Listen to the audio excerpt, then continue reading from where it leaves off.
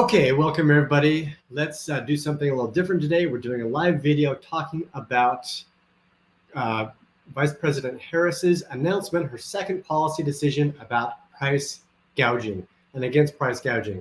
This isn't a political video. This is an economics video, but I can tell you that this is a disaster on two levels. First level is it's going to be, is terrible for her campaign. Secondly, it would not work and it would drive the US economy into or further into a recession. So the first policy, of course, was that she copied Donald Trump's position of no taxes for tips in order to fight over the state of Nevada. Second, or her first major policy announcement, is the plan for stopping or a federal law against price gouging. A couple of things that are interesting about this is, one, price gouging is already illegal on a state level, and two, it has never worked. It didn't work in the 70s when Nixon tried it. It didn't work for the USSR before that, and it has not worked for Venezuela since. And the Washington Post called it basically a political move, a populist gimmick. You can see here on the screen, their editorial board scathed it and said that it's a populist gimmick, just trying to get votes, casting the blame from the failed policies of the Biden administration that drove up inflation, to try to blame it on corporations. And we'll look at some data in a second to show why that's incorrect. Even CNN got into the action. Let me see where that is, right here, and agreed with Washington Post, both of which are left-leaning, and said that it would cause a lot of harm. In their guest words, it would lead to shortages, just like it did in Argentina, in the Soviet Union, in Venezuela, and would cause a lot of harm. So why did the Washington Post say it was a populist appeal? Well, it's because people already don't like corporations, and most people don't know how much money corporations actually work.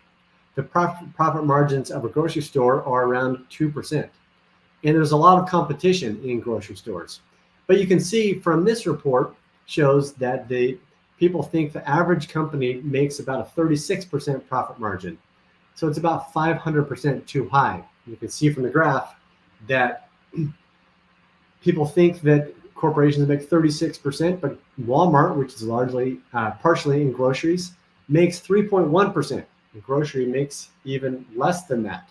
So the Harris campaign and a lot of politicians, not just her, and from both sides of the aisle, count on Americans not knowing how much corporations actually make. So it's easy for Vice President Harris and Elizabeth Warren and others to blame it all on the greedy corporations.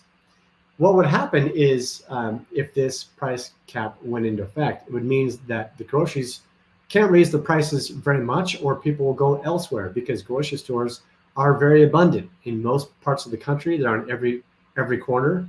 So their margins are very, very small. It's very high competition. This would put more pressure on small groceries that would either lead to them being much less profitable or not profitable at all, or go out of business entirely and contribute to the already problem of food deserts, where people can't get groceries.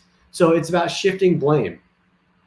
One of our favorite economists, one of the most famous economists, said, consumers don't produce inflation, producers don't produce inflation, me and you. Inflation is produced by too much government spending and too much government creation of money, and nothing else, which is what we've seen over the last 4 years as inflation has gone up over 20%. Part of that was due to the pandemic, but the majority of it was the response to the pandemic, not to the pandemic. So let's see, are these grocery stores being greedy? And I just realized my screen is not sharing. Are the grocery stores being greedy? Well, let's look at some of the stats of how much these grocery stores might be making. Let me just share my screen.